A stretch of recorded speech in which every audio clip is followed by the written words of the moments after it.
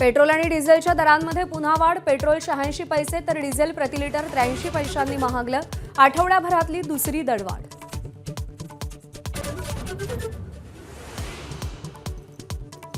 America आणि Iran संघर्षात भारतासाठी गुड न्यूज। रशियाकडून तेल खरेदीला अमेरिकेकडून आणखी एक महिना मंजुरी। कच्च्या तेलाचे भाव प्रति बॅरल $111 वर पोहोचल्यानं निर्णय। इराणवर आत्ताच हल्ला करणार नाही, आखाती देशांच्या विनंतीनंतर डोनाल्ड ट्रम्प यांचा निर्णय।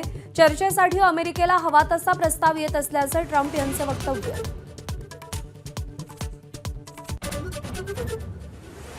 नीट पेपरफुटी प्रकरणाची पाळमुळं महाराष्ट्रात खोलवर। लोकप्रिय आरसीसी क्लासेस संचालक शिवराज मोटेगावकर अटकेत। मोबाईलचा डेटा रिकव्हर करत सीबीआयकडून बेड्या। 9 दिवसांच्या कोठडीत रवानगी। महायुतीच्या समन्वय समितीची आज बैठक। महामंडळ आणि विधान परिषद निवडणुकीसंदर्भात बैठकीत चर्चा होणार। तिन्ही पक्षात समन्वय कसा राखला जाणार याकडे लक्ष। भोंदू अशोक खरातला आज पीएमएलए कोर्टात हजर केलं जाण्याची शक्यता। खरात विरोधात ईडीकडून मनी लॉन्ड्रिंग प्रकरणी गुन्हा। थोड्याच वेळात ईडी खरातचा ताबा घेणार।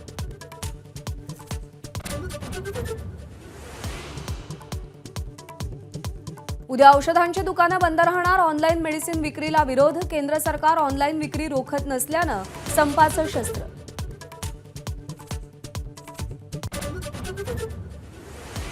सनरायझर्स हैदराबादचा चेन्नई सुपर किंग्सवर 5 विकेट्सनं विजय। गुजरात आणि हैदराबादचा संघ प्लेऑफमध्ये। चेन्नईचं पॅकअप। पंतप्रधान नरेंद्र मोदींनी तमाम देशवासियांना आगामी काळामध्ये इंधनाचा वापर जपून करण्याचं कळकळीचं आवाहन केल्यानंतर अनेकांना भविष्यातील आर्थिक अरिष्टाची चाहूल लागली होती आणि ही भीती आता खरी ठरताना दिसत असून पेट्रोल आणि डिझेलच्या दरात दुसऱ्यांदा वाढ करण्यात आली आहे। यापूर्वी 15 मे रोजी पेट्रोलच्या दरामध्ये 3 रुपये आणि डिझेलच्या दरामध्ये 3.11 रुपयांची घसघशीत वाढ करण्यात आली होती। त्याला आता 4 दिवस उलटत नाहीत तोच आता पेट्रोल आणि डिझेलच्या दरात दुसऱ्यांदा वाढ झाली आहे। पेट्रोलच्या दरात 86 पैसे तर डिझेलच्या दरात 83 पैशांची वाढ करण्यात आली आहे। त्यामुळे पेट्रोलचा दर प्रति लिटर 107 रुपयांच्या पलीकडे जाऊन पोहोचलाय तर डिझेल प्रति लिटर 94 रुपयांच्या टप्प्याजवळ येऊन पोहोचलाय। आज सकाळपासून हे नवे दर लागू झाले।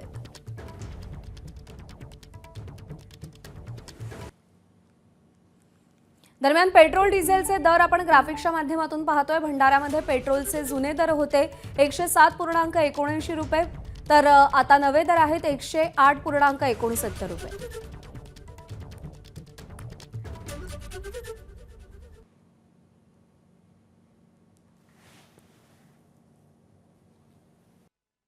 पेट्रोल महंगा हो रहा है, पब्लिक तो परेशान है ही, मगर महंगाई का सामना तो करना है अपने को।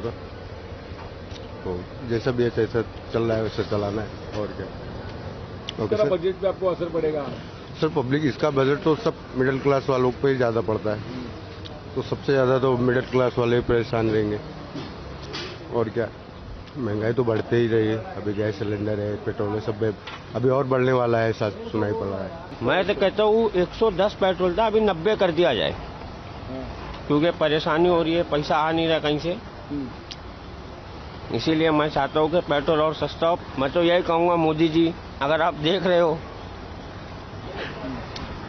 तो जल्दी से जल्दी पेट्रोल का भाव कम करो और इंडिया को और आगे लेके जाओ, ऊपर लेके जाओ, 1 नंबर पे। सबका तो भाव बढ़ गया, पेट्रोल का बढ़ गया, खाने का बढ़ गया, गैस बढ़ गया और हर चीज़ तो महंगा हो गया। सरकार कम करेगा तो सही है ना, नहीं आदमी गरीब आदमी क्या करेगा। और अपन क्या बोलते हैं, कोई सुनते ही नहीं है, सुनाई नहीं होता किसका भी। किस तरह का बजट पे आपको असर पड़ेगा? जो पहले भाव था वही भाव हो जाए तो सही रहेगा। भाव बढ़ गए, बहुत तकलीफ हो रही है। अभी डीजल मिलने का भी मुश्किल रहेगा, अभी पेट्रोल बस, बाकी कुछ नहीं। ज़्यादा महंगाई बढ़ गई है, क्या गाड़ी चलाने का नहीं चलाने का बहुत तकलीफ हो रही है। मुंबईमध्ये पेट्रोल 91 पैशांनी तर डिझेल 94 पैशांनी महागले। मुंबईतल्या पेट्रोल पंपावरून आढावा घेतलाय सचिन गाड यांनी।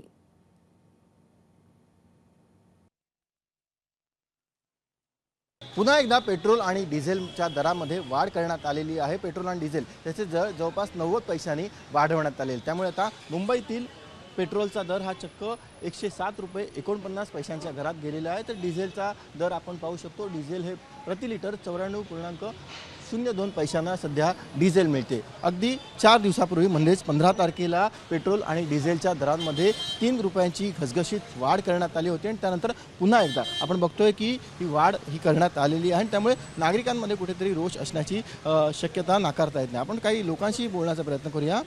भाऊ, पुन्हा एकदा पेट्रोलचे दर वाढलेले आहेत. आज 90 पैसे पेट्रोल डिझेल भाव वाढलेले आहेत. अगदी 4 दिवसात झालेली दुसरी वाढ आहे. कशा प्रकारे बघतो? आता काय करणार, सगळीकडे महागाईच आहे ना. आणि आता आमचा तर उपाय नाही आहे, कामाला जावंच लागते. आता महाग असलं तर पण घ्यावंच लागते ना, काय उपाय आहे. निवडणुका होत्या आणि त्यामुळे कुठे ना कुठे ही पेट्रोल दरवाढ होत नव्हती असा आरोप हा विरोधी पक्षांकडून करण्यात येत होता आणि जसं निवडणुकांचे निकाल लागले त्याच्या 10 दिवसांच्या आतच ही वाढ करण्यात आलेली आहे. त्यामुळे राजकारण हे तापू लागलेलं आहे आणि आता पुन्हा एकदा नव्याने वाढ झाल्यामुळे पुन्हा एकदा नव्याने राजकारण तापण्याची शक्यता ही सध्या वर्तवली जाते. सध्या पश्चिम आशिया देशांमध्ये तणावाची स्थिती आहे, त्यामुळे इंधनाचा आयात खर्च हा वाढलेला आहे. भारतामध्ये बहुतांश तेल हे आयात केलं जातं, त्यामुळे आंतरराष्ट्रीय बाजारात झालेला फरक याचा थेट परिणाम हा भारतीय बाजारावर होतो आणि भारतातले भाव हे वाढू लागतात. सध्याची इंधन कंपन्यांना होणारी तूट लक्षात घेता दरवाढ ही आणखीनही होऊ शकते अशी शक्यता देखील वर्तवली जाते. व्हिडिओ जर्नलिस्ट आसिफ खानसह सचिन गाड, ABP माझा, मुंबई. आणि यानंतर बातमी रत्नागिरीतून आहे. पेट्रोल आणि डिझेलच्या दरामध्ये पुन्हा एकदा वाढ झाली आहे. पेट्रोल 83 पैशांनी महागलंय. आखाती देशातील युद्ध, कच्च्या तेलाचा पुरवठा यानंतर पेट्रोल आणि डिझेलच्या दरामध्ये चढउतार होताना दिसत आहेत. CNGच्या दरामध्ये देखील 2 दिवसांपूर्वी वाढ झालेली आहे. मागच्या 4 दिवसांमध्ये पेट्रोल आणि डिझेलचे दर हे दोनदा वाढलेले आहेत आणि आत्ता रत्नागिरी शहरातल्या पेट्रोल पंपांवरची ही परिस्थिती आहे. साधारणपणे असं अपेक्षित होतं की ज्या पद्धतीनं मागच्या काही दिवसांमध्ये पेट्रोल पंपांवरती सकाळच्या वेळेला मोठ्या प्रमाणात गर्दी दिसून यायची तशी गर्दी दिसते की काय, पण आत्ताचं घडीला मात्र चित्र जर बघितलं आपण तर गर्दी अगदी कमी प्रमाणात आहेत. अगदी तुरळक गाड्या ज्या आहेत त्या इथं पंपांवरती येताना दिसत आहेत. रत्नागिरी जिल्ह्यामध्ये साधारणतः पेट्रोल पंपांचा दर आजचा बघितला तर पेट्रोल 109.53 पैसे, डिझेल 96.6 पैसे इतका आहे. अर्थात कालचा दर जर बघितला तर पेट्रोल काल 108.63 पैसे होतं आणि डिझेल 95.12 पैसे होतं. अर्थात एकंदरीत अगदी लोकांच्या प्रतिक्रिया ज्या आहेत त्या काही प्रमाणामध्ये आपल्याला संमिश्र देखील पाहायला मिळालेल्या होत्या. गर्दी मात्र पेट्रोल पंपांवरती दिसून येत नाही आहे. मागच्या 2 दिवसांपूर्वी असलेली गर्दी आणि आत्ताच्या वेळेला सकाळी दिसणारी ही गर्दी याची तुलना केली रत्नागिरी शहरातली विशेषतः तर ती तुलनेनं कमीच म्हणावी लागेल. कॅमेरामॅन महबूब शेखसह अमोल मोरे, ABP माझा, रत्नागिरी. तर सोलापुरातही दरवाढीनंतर पेट्रोल 108 रुपये 21 पैसे आणि डिझेल 94 रुपये 75 पैशांवरती पोहोचले. आंतरराष्ट्रीय पातळीवरती कच्च्या तेलांच्या दरामध्ये वाढ होत असताना दुसरीकडं भारतामध्ये त्याचे थेट परिणाम जे आहेत ते आपल्याला पाहायला मिळत आहेत. सोलापूरमध्ये आज पुन्हा एकदा पेट्रोल आणि डिझेलच्या दरामध्ये मोठी वाढ झालेली आहे. खरं तर आठवड्याभरामध्ये दुसऱ्यांदा पेट्रोल आणि डिझेलच्या दरामध्ये सातत्यानं वाढ होताना आपल्याला पाहायला मिळते आहे. आज पुन्हा एकदा पेट्रोलचे दर हे जवळपास 1 रुपयांनी वाढलेले आहेत. 108 रुपये 21 पैशांवरती पेट्रोल पोहोचलेलं आहे, तर दुसरीकडं 94 रुपये 75 पैशांवरती डिझेल पोहोचलेलं आहे. त्यामुळं सर्वसामान्य नागरिकांच्या खिशाला पुन्हा एकदा कात्री लागताना आपल्याला पाहायला मिळते. युद्धजन्य परिस्थितीचा परिणाम जो आहे तो थेट देशभरामध्ये जाणवतोय आणि सर्वसामान्यांचं बजेट जे आहे ते त्यामुळं कोलमडताना आपल्याला पाहायला मिळतं. नागरिकांचं असं म्हणणं आहे की एकदा पेट्रोल आणि डिझेलचे दर वाढले की त्याचे थेट परिणाम जे आहेत ते सर्वच गोष्टींवरती होतात. पेट्रोल आणि डिझेल ही जी जीवनावश्यक वस्तूसारखी झालेली आहे, त्यामुळं पेट्रोल आणि डिझेलचे भाव जे आहेत ते नियंत्रित राहायला हवं. सातत्यानं भाव वाढल्यानं त्याचा फटका जो आहे तो महिन्याच्या बजेटवर पडत असल्याचं नागरिकांचं मत आहे. मात्र सोलापूरमध्ये आज पुन्हा एकदा दर वाढल्यानंतर नागरिक जे आहेत ते संतप्त प्रतिक्रिया व्यक्त करतायत. दुसऱ्यांदा आठवड्याभरामध्ये पेट्रोल आणि डिझेलचे दर वाढलेले आपल्याला पाहायला मिळत आहेत. कॅमेरा पर्सन अभिप्रेतीसह आफताब शेख, ABP माझा, सोलापूर.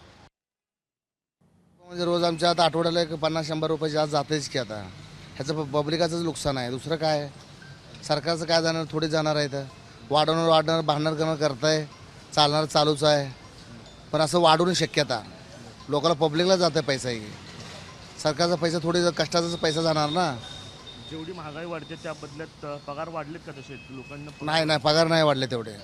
तेवढं पगार लोक अजून पगारासाठी मागं पुढं करते तेच चालूच आहे, मागणी चालूच आहे. महिन्याभराचं जर बघितलं तर एक जवळपास आम्हाला 2-1 हजार रुपयाचा घर खर्चामध्ये वाढ झालेली आहे सध्याला, आणि अजून याच्यामध्ये वाढ होणार आहे असं सांगते सरकार. मग अशामध्ये आम्ही कसं भागवायचं? आणि प्रत्येक गोष्टीला आता वाढ व्हायला, दुधामध्ये 2 रुपयाची वाढ झालेली आहे. असं जर परिस्थिती राहिली तर आमचं घरचं सगळं मिडल क्लास लोकांचं सगळं हे होऊन जाईल ना. मूलभूत गरजांमध्ये झाल्यासारखं झालं आहे पेट्रोल आता. त्यामुळं पेट्रोल लागते. पेट्रोलचे कुठं जाणं येणं कुठं नाही असं होत नाही, घ्यावंच लागेल. त्यामुळं पेट्रोलचा रेट कमी झाला तर बरं होईल. तर बुलढाणा जिल्ह्यातही मोठी इंधन टंचाई निर्माण झाली आहे. शेतीच्या मशागतीला ट्रॅक्टरसाठी डिझेल मिळत नसल्यानं शेतीची कामं खोळंबली आहेत. 6व्या दिवशीही शेतकरी आणि वाहनधारकांनी पेट्रोल पंपावर रांगेत रात्र काढली. मात्र तरीही डिझेल न मिळाल्यानं अनेक शेतकरी संतप्त झालेत. काल रात्री जिल्ह्यातील 166 पेट्रोल पंपांपैकी फक्त 22 पेट्रोल पंपांवरती डिझेल उपलब्ध होतं. मात्र प्रत्येक ठिकाणी मोठी रांग आणि गर्दी असल्यानं अनेकांना डिझेल मिळू शकलं नाही. तर डिझेलसाठी कमीत कमी 2-2, 3-3 तास ट्रॅक्टर घेऊन उभे राहून राहिले. आज शेतीचं काम आहे, पेरण्या पाण्याचे दिवस येऊन राहिले. या सरकारला हे समजायला पाहिजे. मोदी साहेबांना भाव वाढवले, शेतकऱ्याची खरंच चिंता आहे का? काहीच चिंता नाही. दौरे चालू आहेत मोदी साहेबाचे, आणि कास्तकार इकडे मरून राहिला. एक तर भावामुळे मरते, इकडे शेतीच्या कामासाठी मरते. काय ते मोदी साहेबाचे दौरे चालू राहतात आणि फडणवीस साहेबाचे बी मिटिंगा चालू राहतात. फक्त राज्य सरकारचं बी काम आहे कमीत कमी हे डिझेल पेट्रोलची सुविधा करून द्यावं. आता कोणत्याही पेट्रोल पंपावर गेलो तर 500 रुपयाचं डिझेल देऊन राहिलं. त्या ट्रॅक्टरवाल्याने 500 रुपयाचं ट्रॅक्टरमध्ये टाकलं, ते शेतीचं काम किती घंटे कराल? वाशिममध्ये सलग 5व्या दिवशीही वाहन चालकांच्या डिझेल मिळवण्यासाठी रांगा लागल्याचं चित्र पाहायला मिळालं. काल दुपारनंतर अनेक पेट्रोल पंपांवरती डिझेल पुरवठा सुरळीत होण्यास सुरुवात झाली होती. मात्र मागणी अधिक असल्यानं पुरवठा कमी झाला. सलग 5व्या दिवशी पंपांवरती रांगा दिसल्या.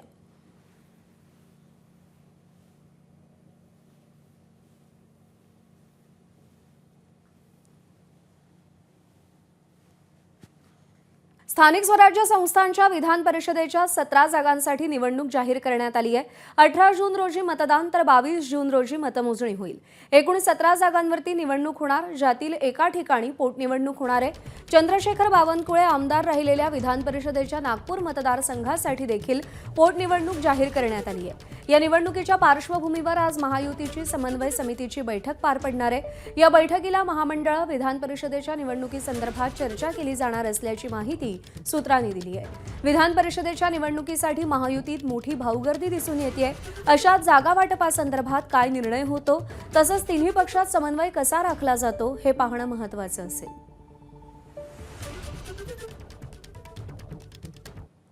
खासदार सुनील तटकरे यांच्या पदावरून राष्ट्रवादीमध्ये संभ्रमाचं चित्र आहे. आणि त्यातच सुनील तटकरेंनी काल मुख्यमंत्री देवेंद्र फडणवीस यांची भेट घेतली.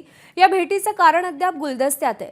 तर धनंजय मुंडेंच्या भेटीनंतर आता सुनील तटकरे यांनीही मुख्यमंत्र्यांची भेट घेतल्यामुळे राष्ट्रवादी पक्षातच नाराजीचा सूर असल्याचीही चर्चा आहे. काही दिवसांपूर्वी पार्थ पवार यांनीही मुख्यमंत्र्यांची भेट घेतली होती आणि त्यानंतर धनंजय मुंडेंनी मुख्यमंत्र्यांची भेट घेतली. आता खासदार सुनील तटकरे यांनीही वर्षा निवासस्थानी मुख्यमंत्र्यांची भेट घेतली. राष्ट्रवादीत सुरू असलेल्या घडामोडी तसंच स्थानिक स्वराज्य संस्थांच्या जाहीर झालेल्या निवडणुका या पार्श्वभूमीवर या भेटींना विशेष महत्त्व प्राप्त झालंय.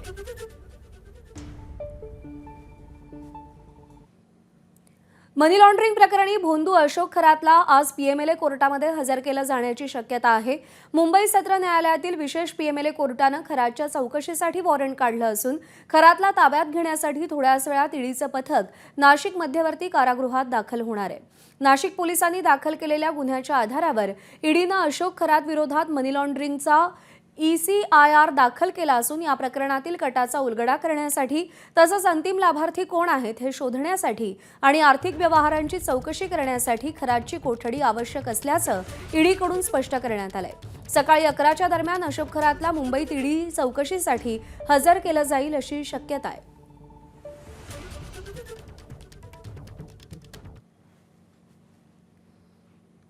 नाशिकमधील भोंदूबाबा अशोक खरातनं महिलांचं लैंगिक शोषण आणि 52 कोटी रुपयांचा आर्थिक घोटाळा केल्याचं उघडकीस आल्यानंतर परदेशात पळून जाण्याचा कटही रचला होता अशी माहिती सूत्रांनी दिली आहे. गुन्हा दाखल झाल्याची कुणकुण लागताच खरात ऑस्ट्रेलिया किंवा इतर देशामध्ये पळून जाण्याच्या तयारीत होता. मात्र पोलिसांनी सावधगिरी बाळगत गुप्त कारवाई करत त्याला अटक केल्याची माहिती समोर आली आहे. अशोक खरातनं काळा पैसा पांढरा करण्यासाठी 65 बनावट बँक खाती उघडून 3 महिन्यात 52 कोटी रुपये लाटण्याचा कट आखला होता. खरातची पत्नी कल्पना खरातवरही फसवणूक आणि अवैध सावकारीचे गुन्हे दाखल आहेत. ती सुद्धा परदेशात पळून जाण्याच्या तयारीत असल्यानं पोलिसांनी तिच्या विरोधात लुकआउट नोटीस जारी केली आहे. नसरापूर येथील अवघ्या 3 वर्षांच्या बालिकेवर अत्याचार करून तिची निर्घृण हत्या केल्याच्या घटनेनं संपूर्ण महाराष्ट्रात खळबळ उडाली. या प्रकरणाचं गांभीर्य लक्षात घेऊन उच्च न्यायालयाच्या निर्देशानुसार पुणे येथे विशेष न्यायालय स्थापन करण्यात आलं असून येत्या 21 मे पासून नियमित सुनावणी घेत जलद गतीनं या खटल्याची सुनावणी होणार आहे. खटल्याचं गांभीर्य आणि पीडितेचं वय लक्षात घेता ही सुनावणी इन कॅमेरा घेतली जाणार आहे. जिल्हा न्यायाधीश आणि विशेष सत्र न्यायाधीश SR साळुंखे यांच्या विशेष न्यायालयात कडेकोट पोलीस बंदोबस्तात या खटल्याची सुनावणी पार पडेल.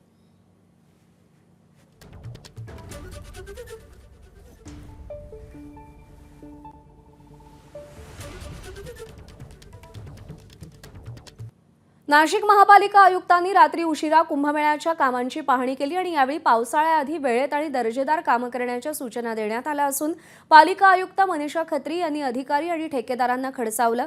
अनेक ठिकाणी खड्डे, रस्त्याच्या बाजूला मातीचे ढिगारे आणि बॅरिकेड्स असल्यानं नागरिकांना अडचणींचा सामना करावा लागतो. नागरिकांच्या तक्रारीनंतर नाशिक पालिका आयुक्तांनी थेट रस्त्यावर उतरून कामांची पाहणी केली. नागरिकांना त्रास सहन करावा लागत असला तरी देखील तातडीनं काम पूर्ण करण्याचा प्रयत्न असल्याचं स्पष्टीकरण आयुक्तांनी दिलेलं आहे.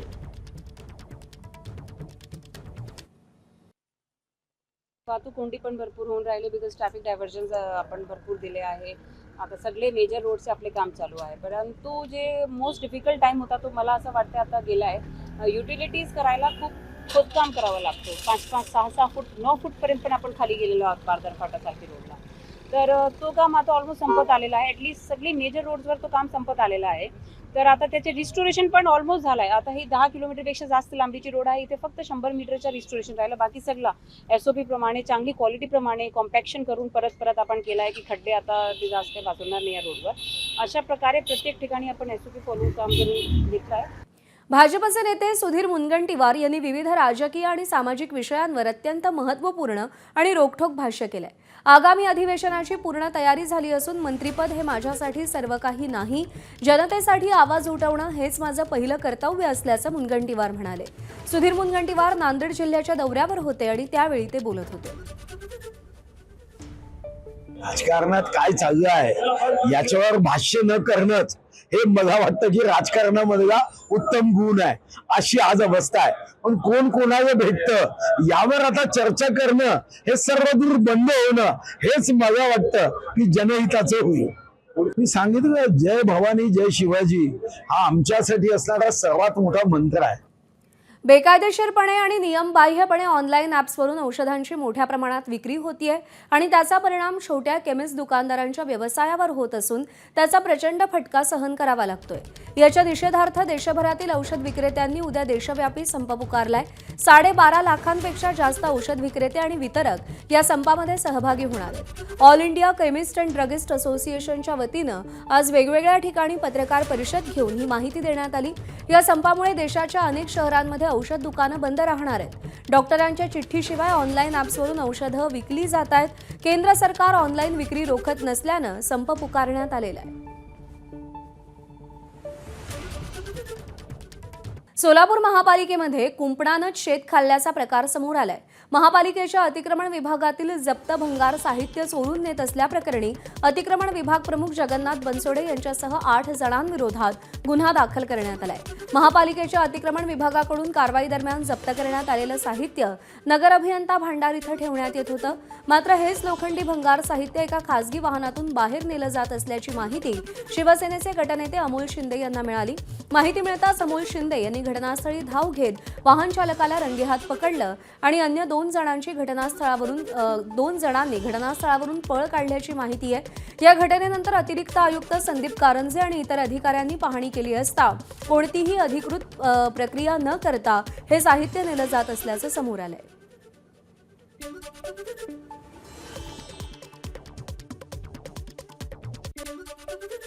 जे रोज कारवाई होत असतात त्याचं जे भंगार जे खोके जिथं जमा करतात तिथं एक प्रायव्हेट गाडी सकाळपासून दुसऱ्यांदा भरून जात असताना एका सुज्ञ नागरिकांनी मला फोन केला. आम्ही जेव्हा एंट्री केली त्यावेळेस अकुलवार मॅडम समोर आले तर ते भरणारे 4 जण आणि इथले जे असलेला जो कर्मचारी हे सगळे पळून गेले. पळून गेल्यानंतर पळून का जात आहे हे माहिती घेतल्यानंतर लक्षात आलं की हे भंगार कोणतीही पावती न घेता भरून चाललं होतं. अशा पद्धतीनं गोरगरिबाचं मटेरियल जर चोरून नेत असतील तर ही खूप शर्मेची गोष्ट आहे आणि ज्यांनी कुणी केलेलं असेल त्या संबंधितांवर FIR झाली पाहिजे, त्यांच्यावर कारवाई झाली पाहिजे असं आमचं मत आहे. गाडीचा ड्रायव्हर, गाडी आणि त्याच्यात असलं घेऊन चाललेलं स्क्रॅप सगळं जागेवर पकडण्यात आलं आहे. काही आमचे याच्यातले कर्मचारी होते तेही इथनं पळून गेलेले आहेत. तर आम्ही आत्ता प्रशासनाला असे आदेश केलेले आहेत की या संदर्भातले जे कोणी असतील याच्या नियंत्रण अधिकाऱ्यांनी या संदर्भातला गुन्हा दाखल करावा आणि गुन्हा दाखल करत असताना पोलिसांनाही आम्ही विनंती केली की याची सखोल चौकशी होऊन याच्यात पळून गेलेले असतील किंवा याच्या संबंधित जे कोण असतील किंवा याच्यात जो काही आर्थिक व्यवहार झाला हा सगळा उघड करून त्यांच्यावरही गुन्हे दाखल करण्यात यावे. संभाजीनगर महानगरपालिका सर्वसाधारण सभेमध्ये 32 पैकी 19 प्रस्ताव नामकरणाचे असल्याचं समोर आलंय. शहरातल्या विविध चौकांची नावं बदलण्याचे प्रस्ताव महानगरपालिकेच्या सर्वसाधारण सभेमध्ये आले. नामकरण प्रस्तावांना दैनिकातून प्रसिद्धी देण्यात आली आहे. शहरात कमालीची पाणी टंचाई, कचरा समस्या आहे, पण सत्ताधारी मात्र नामकरणामध्ये मशगूल आहेत. संभाजीनगरचे प्रश्न विसरून नामकरण एवढंच महत्त्वाचा मुद्दा राहिलाय का असा सवाल या निमित्तानं उपस्थित होतोय. तर 32 पैकी 19 प्रस्ताव हे नामकरणाचे आलेले आहेत. तर शहरातल्या विविध चौकांची नावं बदलण्याचे हे प्रस्ताव आहेत. सध्या उन्हाळ्याचे दिवस सुरू आहेत. तर मराठवाड्याला, छत्रपती संभाजीनगरला पाणी टंचाईचा तीव्र फटका बसतोय, कचऱ्याची समस्या आहे. हे सगळे प्रश्न बाजूला ठेवून नामकरणाला एवढं महत्त्व का हा सवाल उपस्थित होतोय. दरम्यान इराणवर आत्ताच हल्ला करणार नाही आखाती देशांच्या विनंतीनंतर डोनाल्ड ट्रम्प यांनी हा निर्णय घेतलाय. अमेरिका आजपासून इराणवरती हल्ले करणार होती. चर्चेसाठी अमेरिकेला तसा प्रस्ताव येतोय असं डोनाल्ड ट्रम्प यांनी सांगितलेलं आहे. अमेरिकेला हवा तसा प्रस्ताव चर्चेसाठी येत असल्याचं ते म्हणालेत. प्रस्तावात इराणचा अणुविकास कार्यक्रम नसेल असं डोनाल्ड ट्रम्प म्हणतायत. करार नाही तर मात्र इराणवर मोठा हल्ला करणार असल्याचंही त्यांनी सांगितलंय.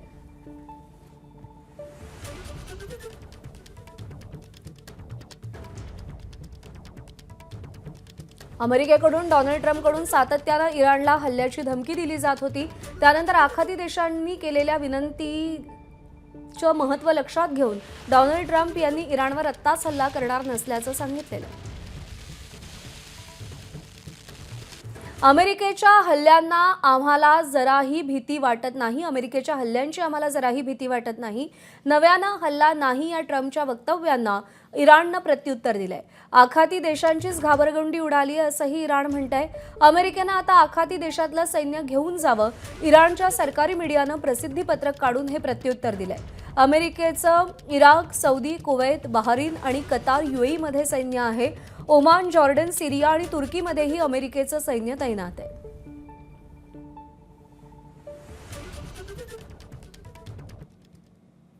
तर अमेरिकेचं इराणवरती पूर्णपणे नियंत्रण असल्याचा दावा डोनाल्ड ट्रम्प यांनी केलाय. इराणबाबत डोनाल्ड ट्रम्प यांनी पुन्हा एकदा दरपोक्ती केली आहे. इराणजवळ कोणतंही अण्वस्त्र नसेल असं ते म्हणतायत. इराणचं नौदल, वायुदल जवळपास संपवल्याचा दावाही डोनाल्ड ट्रम्प यांचा आहे. इराणचं पहिल्या फळीतलं नेतृत्व संपलंय. इराणमधील दुसऱ्या आणि तिसऱ्या फळीतल्या नेत्यांशी चर्चा सुरू असल्याचंही ते म्हणाले.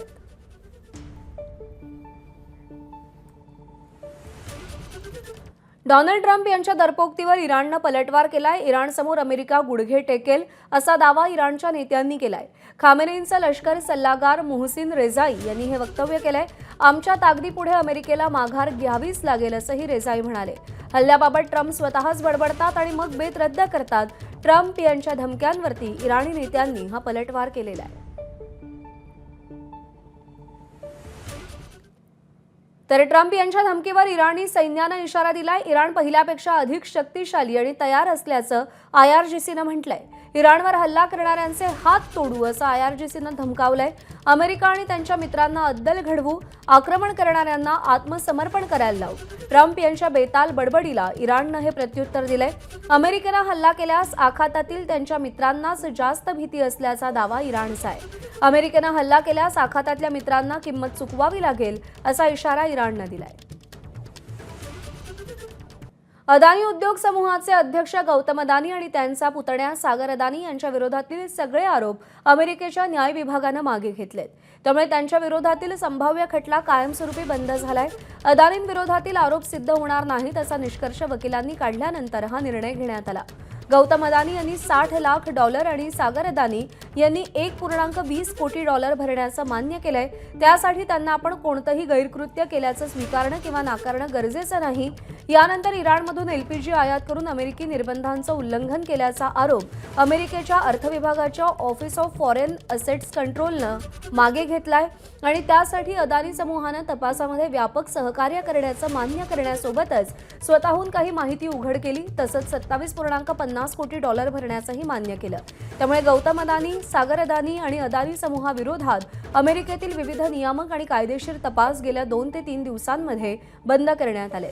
गेल्या आठवड्यात US सिक्युरिटीज अँड एक्सचेंज कमिशननं गौतम अदानी आणि सागर अदानी यांच्या विरोधातील सौर ऊर्जा प्रकल्पाबाबत सुरू केलेली कायदेशीर कारवाई थांबवली आहे.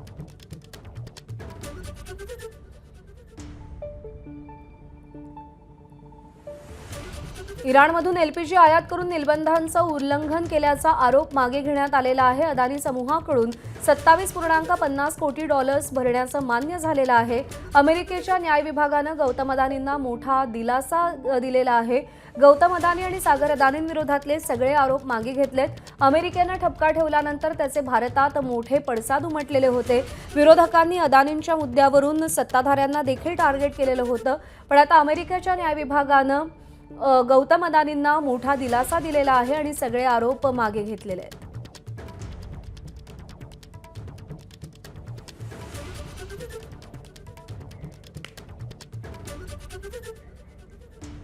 दरम्यान नेमकं काय घडलं होतं ग्राफिक्सच्या माध्यमातून पाहूया. गौतम अदानी आणि अमेरिकेमध्ये अखेर तडजोड झाली आहे. निर्बंध असूनही इराणकडून गॅस खरेदी केल्याचं हे प्रकरण आहे. $275 दशलक्ष वर अंतिम समझोता निश्चित झालाय. नोव्हेंबर 2023 ते जून 2025 दरम्यानचं हे प्रकरण आहे. अदानींनी दुबईच्या व्यापाऱ्याकडून LPGची खरेदी केली होती. व्यापाऱ्यानं वायू ओमान आणि इराकचा सांगितला, प्रत्यक्षात इराणहून आणला. मुंद्रा बंदरावर खेप आली होती. नियमांकडे दुर्लक्ष करणं चांगलंच महागात पडलं. आणि मनी लॉन्ड्रिंग प्रकरणी भोंदू अशोक खरातचा ताबा ईडीनं घेतलाय. खरातला घेऊन ईडी मुंबईकडे रवाना झाली आहे. अशोक खरातला आज PMLA कोर्टामध्ये हजर केलं जाईल. नाशिक पोलिसांनी दाखल केलेल्या गुन्ह्याच्या आधारावर ईडीनं अशोक खरात विरोधात मनी लॉन्ड्रिंगचा ECIR दाखल केलेला आहे.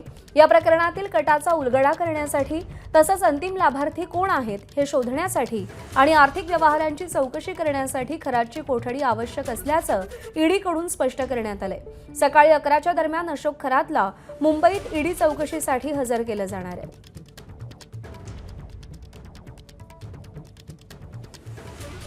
मुकुल कुलकर्णी आपल्याला या सगळ्या संदर्भात अधिक अपडेट देतील. मुकुल, आतापर्यंत अशोक खरातनं कोट्यवधींचे गैरव्यवहार केलेले आहेत. ईडीनं ताबा घेतलेला आहे. कोणकोणत्या व्यवहारांची चौकशी होईल, काय कारवाई केली जाण्याची शक्यता आहे? आपण आता दृश्यांमध्ये बघतोय अशोक खरात याचा ताबा आता ईडीने घेतलेला आहे आणि नाशिक पोलिसांचं, नाशिक रोड पोलिसांचं पथक हे आता अशोक खरातला मुंबईच्या दिशेने घेऊन निघालेलं आहे. अशोक खरात याच्यावर जे 17 गुन्हे दाखल झालेले आहेत त्यापैकी 8 गुन्हे हे महिला लैंगिक शोषणासंदर्भातले आहेत. त्याचा जो तपास आहे तो SITच्या माध्यमातून करण्यात आलेला आहे. मात्र इतर जे गुन्हे आहेत ते आर्थिक फसवणुकीचे आहेत. त्याचबरोबर अशोक खरात याची जी प्रॉपर्टी आहे ती प्रॉपर्टी इतक्या कमी दिवसामध्ये कशी वाढली हा प्रामुख्याने प्रश्न आहे. कोट्यवधी रुपयांचे त्याच्याकडे मालमत्ता आहे, त्यामध्ये जमिनी आहेत, काही इतर फ्लॅट वगैरे आहेत. तर याचा तपास आता ईडी करणार आहे. याच्यामध्ये त्याने 2 पतसंस्थांच्या माध्यमातून जी खाती खोललेली होती, बनावट कागदपत्रांच्या आधारे ही खाती खोलण्यात आलेली होती. तर त्याच्यामध्ये त्याला कोणी सहभाग होतं, कोणाकोणाचं ते षडयंत्र होतं, या सर्वांचा तपास हा केला जाणार आहे. त्याचबरोबर त्याच्यात भागीदार असणारे काही अधिकारी असतील, नेते असतील किंवा इतर कोणी व्यक्ती असतील, त्या सर्वांची देखील आता चौकशी ही केली जाणार आहे. या आधीच ईडीने अशोक खराशी संबंधित काही लोकांची चौकशी देखील केलेली आहे. त्यांच्याकडनं जी माहिती हाती आलेली आहे त्या दृष्टीने आता पुढचा तपास हा केला जाणार आहे. अत्यंत महत्वाची ही घडामोड आहे. अशोक खरात याचा ताबा आज ईडी पुढील चौकशी करणार आहे. मनी लॉन्ड्रिंगसह इतर सर्व विषयांची चौकशी केली जाणार आहे. ठीक आहे मुकुल, अपडेट जाणून घेत राहू. तुर्तास धन्यवाद. अवघ्या देशाला हादरवून सोडणाऱ्या नीट पेपरफुटीच्या गुन्ह्यामध्ये महाराष्ट्रातले अनेक जण वेगवेगळ्या पातळीवर गुंतलेत. पेपर सेट करणारे प्राध्यापक पी.व्ही. कुलकर्णी आणि मनीषा मांढरेंनीच पेपर फोडल्याचं समोर आल्यानंतर आरसीसी कोचिंग क्लासचा संचालक शिवराज मोटेगावकरला सीबीआयनं अटक केली. धक्कादायक म्हणजे आरसीसीच्या 101 प्रश्नांपैकी बहुतेक प्रश्न नीटच्या परीक्षेत आल्याचं समोर आलंय. ज्या व्हिडिओमुळे मोटेगावकर भोवती संशयाचं धुकं निर्माण झालं तो व्हिडिओही समोर आलाय आणि यानंतर मोटेगावकरचे आर्थिक व्यवहारही ईडीच्या रडारवर आले. मोटेगावकरच्या नावावर असलेल्या संपत्तीबाबत तपशीलवार माहिती घेतली जाते. तसंच विविध आर्थिक व्यवहारांची छाननीही सुरू आहे.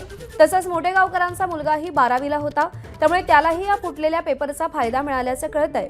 इतकंच नाही तर पी.व्ही. कुलकर्णीची सुद्धा एनटीएतील नियुक्ती मोटेगावकरनी आपलं वजन वापरून केल्याची माहिती आहे. मोटेगावकरकडून नीटचे प्रश्न आणि त्या प्रश्नांची उत्तरं ज्यांना मिळाल्याचा संशय आहे ते विद्यार्थी आणि पालक देखील सीबीआयच्या रडारवर आहेत. नीट 2026चा आत्ताच पेपर झाला. माझ्यासोबत प्रगती आहे, तिनं आत्ताच पेपर देऊन आला. आरसीसी मॉक मधून आरसी टेस्टिंग क्वेश्चन आले, त्याच्या बाहेर क्वेश्चन आलाच ना. तुम्ही खुश आहात आरसीसी? हो, खरंच खुश आहात? बायोलॉजी काय म्हणते? सगळं एनसीईआरटी बेसिस मॉक टेस्ट मध्ये जे विचारलं ते चालतं. आपल्या मॉक पेश सोपं होतं का अवघड होतं? सोपं. वा, छान. कसा गेला पेपर तुला? Chemistry, physics, bio? खूप छान केलं सर. आणि तुम्ही जे 101 क्वेश्चन्स दिले होते ना, त्या 101 क्वेश्चन मधून मोस्ट ऑफ द त्यातूनच आले होते question. अरे वा, आपण जे शेवटी मॉकला जे घेतो आपण ते सगळे क्वेश्चन्स. वा, व्हेरी गुड. मॉक पेपर हे म्हणजे आरसीसी पेपर फॉलो केली more than sufficient? More than sufficient आहेत सर ते. अच्छा, व्हेरी गुड, व्हेरी गुड. खूप छान, खूप छान. दरम्यान आरसीसीच्या क्लासमध्ये ऍडमिशनसाठी आलेल्या मुलांना पालकांना कोणती आश्वासनं दिली जातात याचा व्हिडिओही समोर आलाय. आमच्या क्लास शुरिटी आहेत. आम्ही क्लासमध्ये शिकवलेलं किंवा आमच्या स्टडी मटेरियलमधलं किंवा आमच्या टेस्ट सिरीजमधलं हे तुम्हाला कुठे ना कुठे नीटच्या परीक्षेला विचारलं जातं. ही आम्ही क्लास शुरिटी देऊ शकतो. अच्छा, नीटचे क्लास लावले तर एखादा ॲश्युरन्स असं मिळेल की आपण नीट क्रॅकच होईल? सर, आमच्याकडचा रिझल्ट आहे तो भारतातला सर्वात जास्त रिझल्ट आहे. तुम्ही जर बघितलं की एम्स कॉलेजेस असतं किंवा गव्हर्नमेंट मेडिकल कॉलेज पूर्ण भारतावरतले म्हणतोय. एकमेव कोचिंग आहे की सर्वात जास्त रेशो आपल्या विद्यार्थ्यांचा तिथे येतो. तुम्ही भारतातल्या कुठल्याही मेडिकल कॉलेजमध्ये जा किंवा प्रत्येक मेडिकल कॉलेजमध्ये आरसीसीचा एक विद्यार्थी सापडणार. अच्छा, एवढा अश्युरन्स आम्ही तुम्हाला देतोय. कारण की हा जो रिझल्ट आहे किंवा एवढा जो रिझल्ट प्रिंट करतो आम्ही, हा रिझल्ट आजपर्यंत कोणताच कोचिंगचा नाही. आजपर्यंत तुम्हाला एवढा रिझल्ट कोणताच कोचिंगने दाखवलेला नाही.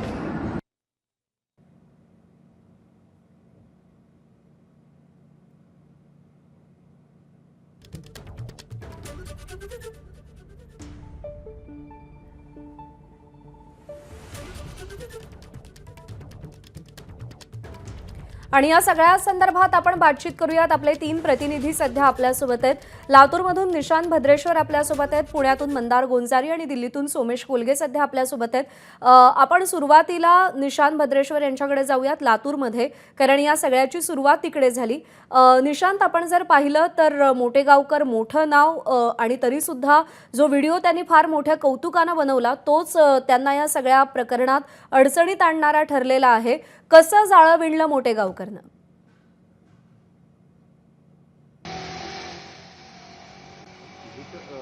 मागील 23-24 वर्षापासून ज्या पद्धतीनं आरसीसी पॅटर्न लातूरमध्ये काम करतोय, मोठ्या प्रमाणामध्ये महाराष्ट्रातून विद्यार्थी या ठिकाणी येत असतात. लातूर जिल्ह्यातलेही विद्यार्थी त्यात आहेत आणि सातत्यानं जाहिरातबाजी असेल, मोठ्या प्रमाणामध्ये फ्लेक्स असतील, याची खूप मोठ्या प्रमाणात जाहिरात केली गेली आणि त्यामुळे विद्यार्थ्यांचा आणि पालकांचा त्यांच्या कोचिंग क्लासेसकडे ओढा पाहायला मिळत होता.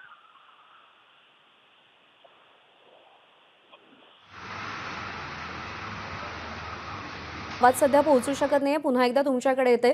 यानंतर आपण पुण्यामध्ये जाऊयात. मंदार गोंजारी सध्या आपल्यासोबत आहेत. मंदार, पुण्यामध्ये काल चौकशी करण्यात आली आणि त्यानंतर मोटेगावकरला अटक देखील करण्यात आली आहे. महाराष्ट्रातलं एक मोठं नाव या सगळ्या प्रकरणामध्ये अडकलं गेलेलं आहे.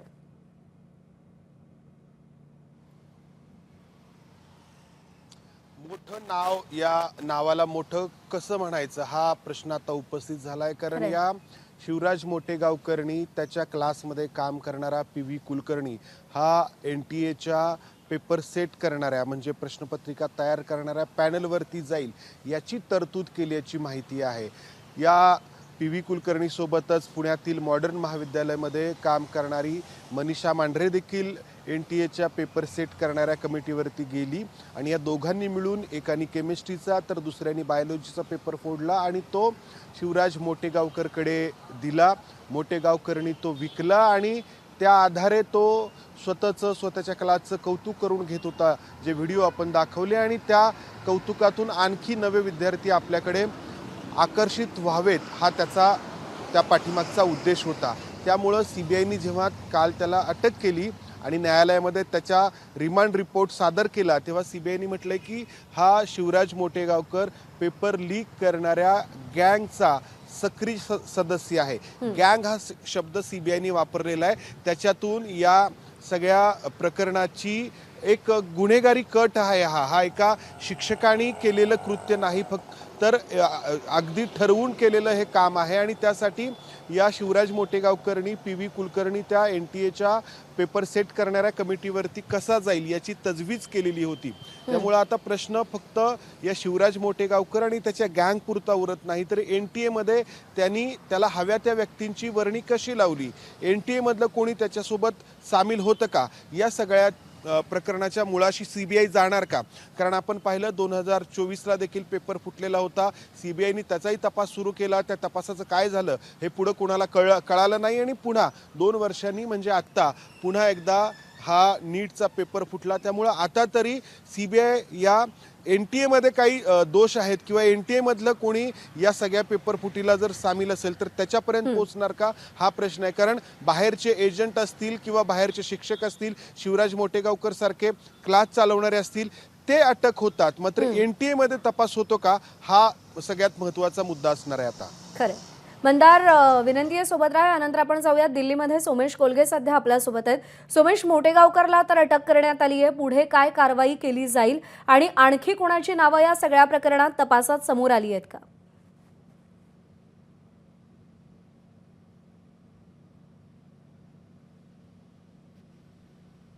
त्यानुसारच काल CBIने देखील म्हटलं की या संपूर्ण प्रकरणामधले जे लिंक्स आहेत ते लिंक्स हळूहळू वरती जात आहेत, म्हणजे link is going to upside असं म्हटलेलं आहे. आणि आपल्याला जी माहिती मिळाली त्यानुसार मोटेगावकर याने आपल्या मुलाला देखील या सगळ्यामध्ये एक फायदा मिळवून दिल्याची शक्यता आहे. कारण त्याचा मुलगा देखील त्यावेळी 12वीला आणि त्या तत्सम परीक्षांना अपियर होण्याची शक्यता होती. आणि याच्या पुढे जाऊन आपल्याला जी माहिती मिळते ती अशी आहे की कदाचित एखादं मेडिकल कॉलेज, वैद्यकीय महाविद्यालय सुरू करण्याचा मोटेगावकरचा इरादा होता आणि त्यासाठी घरचा व्यक्ती कोणीतरी डॉक्टर असावी, कारण ते देखील स्वतः डॉक्टर नाही आहेत, त्यांच्या घरामध्ये कोणी डॉक्टर नाही आहे आणि एखादी व्यक्ती डॉक्टर असावी अशी मोटेगावकरांची तयारी होती का, असे असंख्य प्रश्न निर्माण झालेत. याशिवाय आणखी एक माहिती मिळाली आहे ती अशी आहे की PV कुलकर्णी पुण्यामध्ये क्लासेस उघडण्याच्या तयारीत होता आणि आगामी काही दिवसांमध्ये पुण्यामध्ये तो आपल्या नव्या क्लासची घोषणा करणार होता मोठ्या प्रमाणावरती.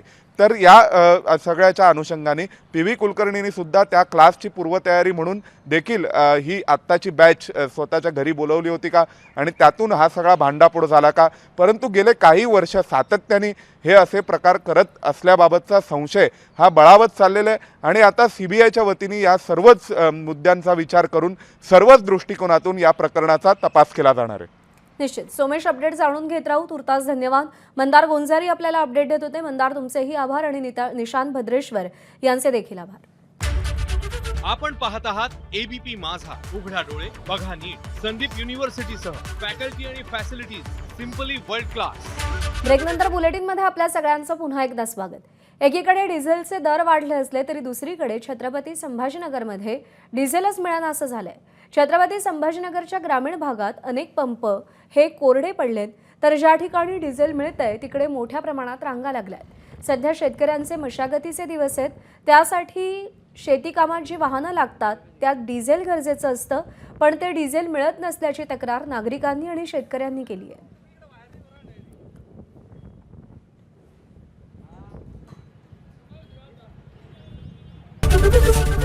ABP माझा, उघडा डोळे बघा नीट.